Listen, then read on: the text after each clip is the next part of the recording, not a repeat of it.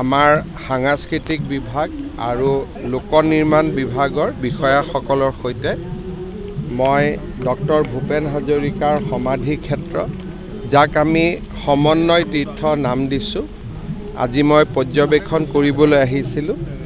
ইয়াতে আমি কিছু নতুন ব্যৱস্থা কৰাৰ কথা চিন্তা কৰিছোঁ।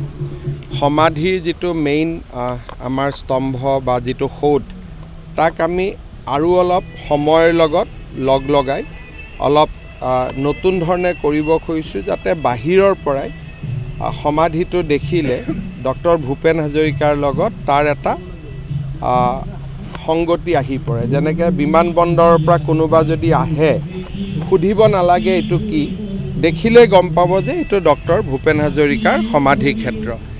তেনেকুৱা এটা আমি পৰিৱৰ্তন আনিব খুজিছোঁ।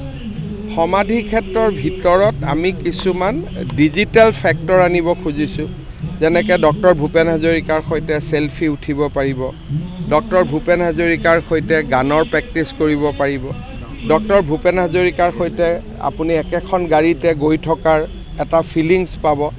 তেনেকুৱা অগমেণ্টেড ৰিয়েলিটি, ভাৰ্চুৱেল ৰিয়েলিটি বিভিন্ন ধৰণৰ ব্যৱস্থা হাতত লৈ আমি সমাধি ক্ষেত্ৰখনক অলপ ডিজিটেল এফেক্ট আনিব খুজিছোঁ, যাতে নতুন ল'ৰা ছোৱালীয়ে ভূপেন হাজৰিকাকো জানিব পাৰে আৰু বিজ্ঞান আৰু প্ৰযুক্তিৰ বিষয়েও জানিব পাৰে।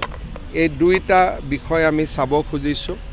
ইয়াত আমি সৰুকৈ এটা অ'পেন এয়াৰ থিয়েটাৰ বনাব খুজিছোঁ আৰু যি আমাৰ কোৱাৰ্টাৰ আছে কোৱাৰ্টাৰটো আমি অলপ পিছত লৈ গৈ কোৱাৰ্টাৰটোৰ জেগাতে আমি অলপ অ'পেন এয়াৰ থিয়েটাৰ এটা কৰিব খুজিছোঁ। কিছু স্থান পৰিৱৰ্তন কৰি মাজত আমি বেছি খালী স্থান উলিয়াব খুজিছোঁ। আৰু আটাইতকৈ ডাঙৰ কথা, ডক্টৰ ভূপেন হাজৰিকাৰ সমন্বয় তীৰ্থখন পৰিচালনা কৰাৰ বাবে ইমান দিন কোনো এটা কমিটি নাছিলে চৰকাৰীভাৱে। নথকাৰ কাৰণে আমি ইয়াত কোনো অনুষ্ঠান প্ৰতিষ্ঠান, ভূপেন্দ্ৰ সংগীত প্ৰতিযোগিতা, জ্যোতি সংগীত প্ৰতিযোগিতা বা আন বিভিন্ন যিবিলাক শংকৰদেৱ কলাক্ষেত্ৰত আমি কাৰ্যসূচী লৈ থাকোঁ, ইয়াত আমি কোনো কাৰ্যসূচী ল'ব পৰা নাছিলোঁ, কাৰণ ইয়াক ডিপাৰ্টমেণ্টে মেনেজ কৰে। ইয়াৰ কোনো এখন কমিটি নাই, অকল জন্ম জয়ন্তী আৰু পুণ্যতিথিয়ে ইয়াত পালন কৰা হয়। কিন্তু 12টা মাহে যাতে আমি ইয়াক সজীৱ কৰি ৰাখিব পাৰোঁ, তাৰ বাবে আমি এখন কমিটিও গঠন কৰা চিন্তা কৰিছোঁ। কমিটিখনক আমি গ্ৰেণ্টিনেট দিম, যাতে কমিটিখনে বিভিন্ন প্ৰতিযোগিতা, অনুষ্ঠান প্ৰতিষ্ঠান পাতি থাকিব পাৰে। তেনেকুৱা ধৰণেও কেইবাটাও পৰিকল্পনা আমি আহি কথা পাতিছোঁ। খালি গোটেইখিনি অলপ চেপত আনিবৰ কাৰণে আমাক 3-4 মাহ সময় লাগিব, কিন্তু আমি এই সমাধি ক্ষেত্ৰখনক জীৱন্ত, প্ৰাণৱন্ত আৰু এটা খুব শ্ৰদ্ধাৰ স্থান হিচাপে নিৰ্মাণ কৰাৰ বাবে আমি প্ৰচেষ্টা কৰিম।